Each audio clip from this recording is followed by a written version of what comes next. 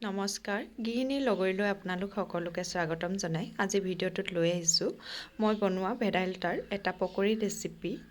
বিশেষকৈ মই আমাৰ ল'ৰা ছোৱালী দুটাক প্ৰায় এই ৰেচিপিটো বনাই দিওঁ, সেয়েহে ভাবিলোঁ ভিডিঅ'টো আপোনালোকলৈও আগবঢ়াওঁ। গতিকে ভিডিঅ'টো শেষলৈকে চাই থাকিব। আহক।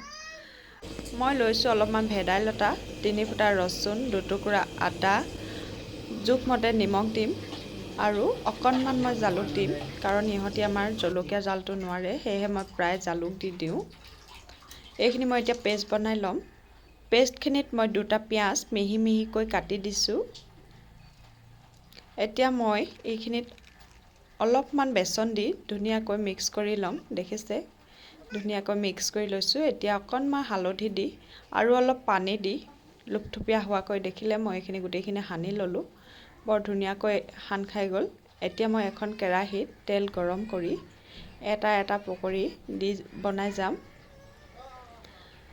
এইখিনি আচলতে ল'ৰা ছোৱালীক দিয়াটো বৰ উপকাৰী, কাৰণ ভেদাইলতাটো আমাৰ বহু বেমাৰৰ কাৰণে ভাল।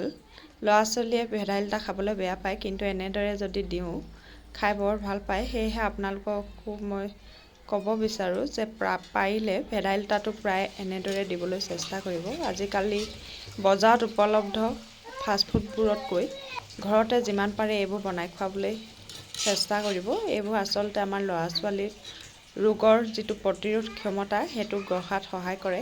ভেদাইলতা বহুত উপকাৰী গুণ আছে। দেখিছে কিমান ধুনীয়া হৈছে। এনেদৰে আপোনালোকেও দিবলৈ চেষ্টা কৰিবচোন। আমাৰ ইহঁতক প্ৰায় মই দিয়ে থাকোঁ, খাই খুব ভাল পায়। দেখিলে দুয়োটা একদম ধুনীয়াকৈ বহি খাবলৈ আৰম্ভ কৰিছে। আজিলৈ আহিছোঁ।